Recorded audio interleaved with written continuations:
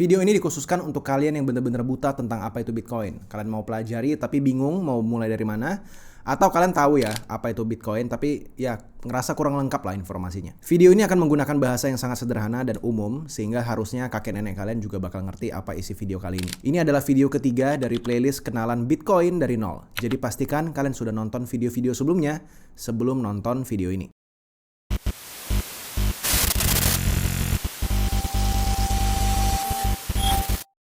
Halo semuanya, nama gue Josh Kultom dan di sini kita akan membahas tentang apa itu blockchain ya. Kalau kalian mendengar apa itu Bitcoin ya, kalian sering dengar dari cerita lain, pasti kalian pernah dengar kata blockchain. Kalau kita hanya ngomongin tentang blockchain itu sebenarnya di tahun 2024 itu ada banyak banget ya, semenjak Bitcoin itu lahir di tahun 2009. Tapi di video kali ini, khusus di video kali ini, setiap kali gue ngomong kata blockchain, yang gue maksud adalah Bitcoin blockchain ya, bukan blockchain yang lain, bukan Ethereum, bukan Solana dan lain-lainnya.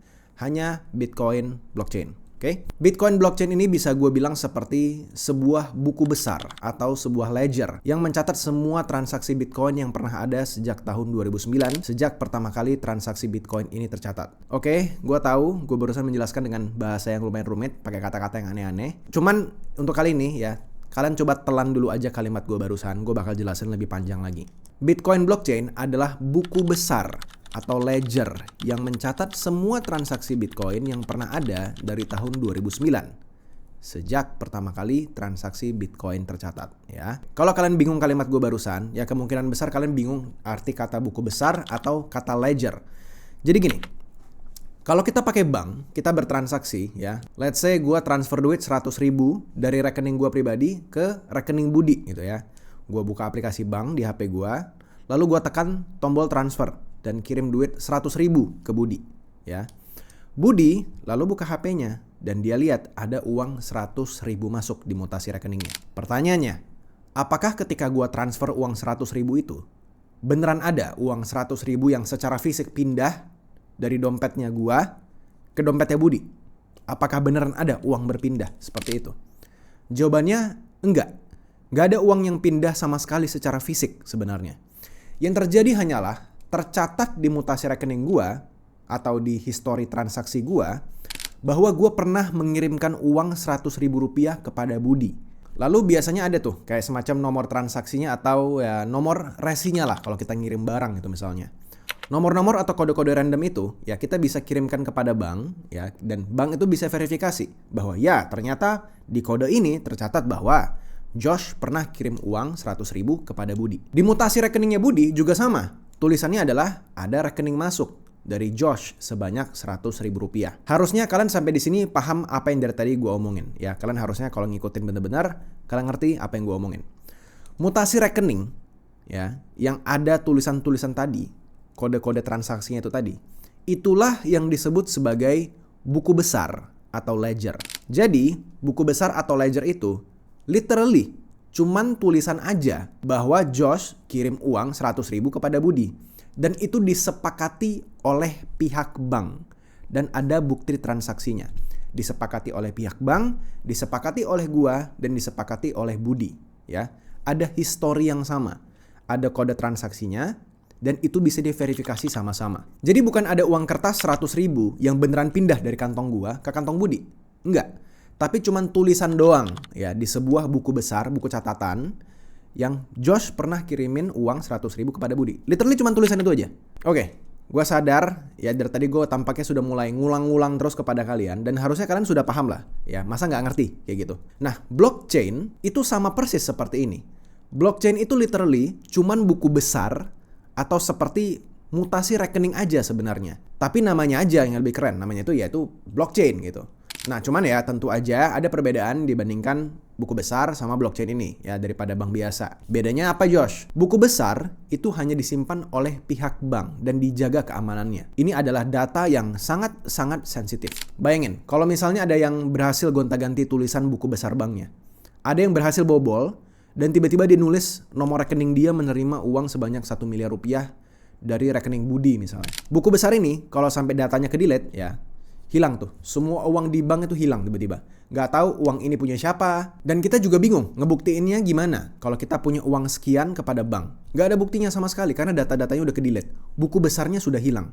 Kira-kira gambaran kasarnya seperti itu. Nah, buku besar bank ini itu cuma disimpan oleh pihak bank saja. Itu tidak menjadi tanggung jawab para nasabah. Ya, dia disimpan di satu tempat sentral yang dijaga ketat keamanannya. Dan harusnya ya ada data backupnya. Ya, intinya ya tanggung jawab menjaga buku besar ini ya itu adalah tanggung jawab bank itu sendiri, bukan kita. Dan kalian perlu ingat ya, buku besar bank ini itu tidak transparan kepada para nasabahnya. Kita nggak bisa ngelihat transaksi yang sebenarnya terjadi di balik layar. Si A apakah pernah mengirimkan uang kepada si B, dan si B apakah pernah mengirimkan uang kepada si C, dan segala macamnya. Kita hanya harus percaya saja kepada banknya. Apakah uang kita diobrak-abrik di belakang sana? Ya, kita tidak tahu. Ya, kita cuma harus percaya sama mutasi rekening kita sendiri, dan kita tidak bisa melihat keseluruhan buku besar yang disimpan sama bank. Tidak transparan sama sekali. Nah, di blockchain ini benar-benar jauh sangat berbeda.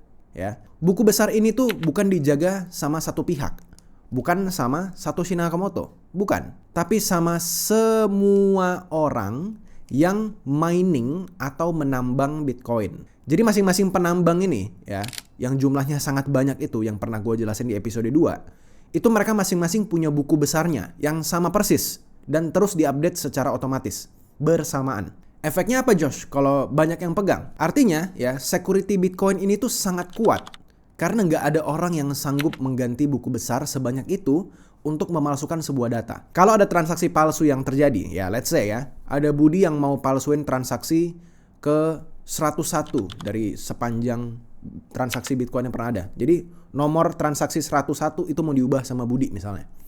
Maka semua buku besar yang lain ya, nggak cuma buku besar yang dipegang sama Budi doang, itu harus memverifikasi apakah benar transaksi ke 101 itu isinya seperti yang dikatakan sama si Budi. Kalau mayoritas para penambang itu bilang, enggak di buku besar gua tulisannya 101 nggak seperti itu, nggak kayak gitu kok tadi tulisannya, maka transaksi Budi yang tadi itu akan ditolak secara otomatis. Alasan buku besar ini dipegang oleh banyak orang inilah yang menjadikan transaksi Bitcoin sangat susah untuk dipalsukan.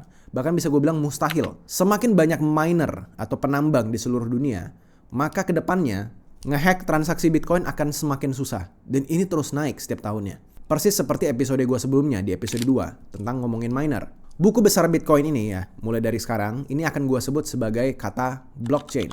Dan blockchain ini itu tuh open for public. Dia ini 100% transparan. Lu nggak harus punya Bitcoin, lu nggak harus jadi siapa-siapa untuk bisa ngelihat blockchain ini. Ini bisa dilihat sama semua orang secara publik. Bahkan kalian sekarang juga bisa lihat transaksi-transaksi yang terjadi di Bitcoin secara live.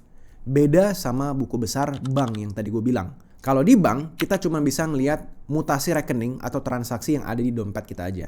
Kita cuma bisa ngelihat transaksi yang terjadi di rekening kita aja.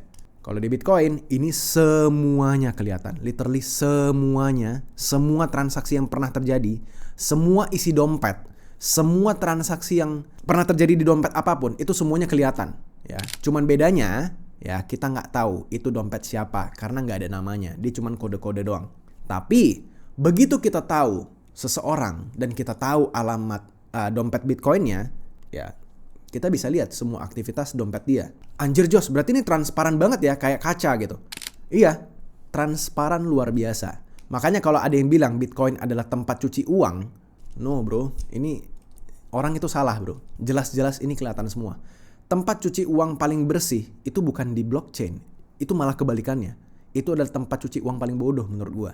Tempat cuci uang paling bersih adalah cash, ya uang kertas.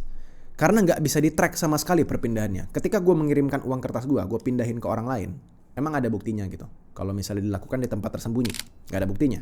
Sementara Bitcoin, ini terlihat jelas semuanya. Ya, jadi jangan kalian mengira kalian bisa mencuci uang di Bitcoin. Ya, itu bodoh. Di mana Josh kita bisa lihat blockchain Bitcoin? Ya, ada banyak websitenya. Sekali lagi, karena ini terbuka untuk umum, jadi ada yang bikin website blockchain Bitcoin dengan versi tampilannya masing-masing. Tapi sebenarnya ya semuanya isinya sama aja ya. Nggak ada bedanya, cuman tampilannya doang aja yang beda. Kalian cukup aja search di Google Bitcoin Blockchain Explorer. maka akan keluar websitenya. Atau ya gua taruh juga lah di link di deskripsi di bawah. Satu mutasi rekening yang kalian lihat itu di Bitcoin Blockchain Explorer itu, ya itu sebutannya adalah satu transaksi Bitcoin. Nah, transaksi Bitcoin ini itu juga punya kodenya masing-masing yang disebut sebagai hash ID atau transaction ID. Kalau mungkin di bank itu kayak setiap kali ada satu transaksi itu kayak nomor transaksinya itulah, ya. Jadi namanya hash ID atau transaction ID. Transaksi-transaksi ini nantinya akan dibungkus dan dipaketin jadi satu grup setiap 10 menit yang disebut dengan nama blok, ya. Dan masing-masing blok ini juga punya ID-nya juga masing-masing. Kalau kalian masih bingung sampai di sini ya, gua kasih analogi singkat aja yang harusnya kalian bisa paham. Anggap aja satu transaksi biasa ya, atau kayak misalnya kita kirim satu Bitcoin gitu contoh ya ke satu dompet, itu kan satu transaksi. Satu transaksi ini anggap seperti satu rumah di dalam satu komplek. Oke. Nah, satu barisan rumah yang panjang ya, itu masing-masing rumahnya juga punya nomor rumahnya masing-masing. Let's say nomor rumahnya itu dari satu barisan panjang ini tuh nomor 1 sampai nomor 20 contoh. Nah, di komplek ini kan gak cuman ada 20 rumah nih ceritanya ya, tapi ada barisan-barisan lainnya. Ya, ada satu barisan lain, satu barisan lain. Ada nomor rumahnya masing-masing, ya.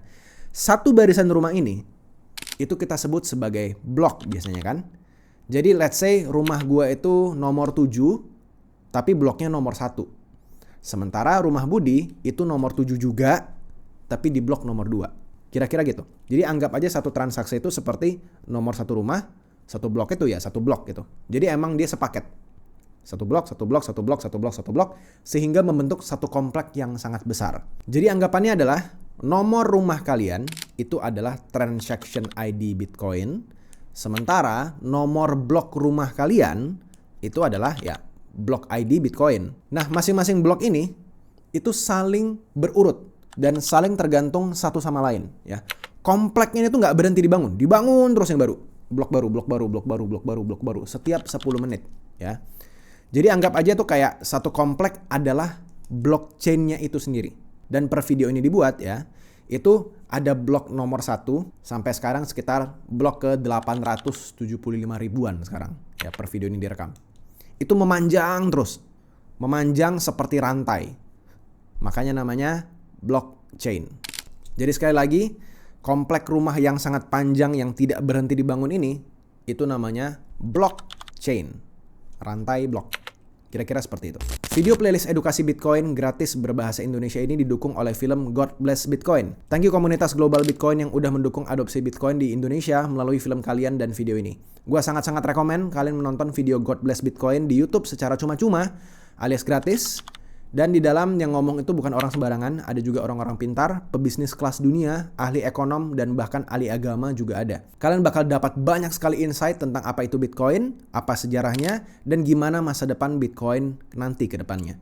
Link filmnya ada di deskripsi di bawah. Di next video kita akan masuk ke topik yang paling orang tunggu-tunggu. Kenapa harga Bitcoin itu terus naik dan hanya akan terus naik? Kita akan bahas di topik bernama halving. Silakan klik video yang ini. Sampai jumpa di video berikutnya. Bye-bye.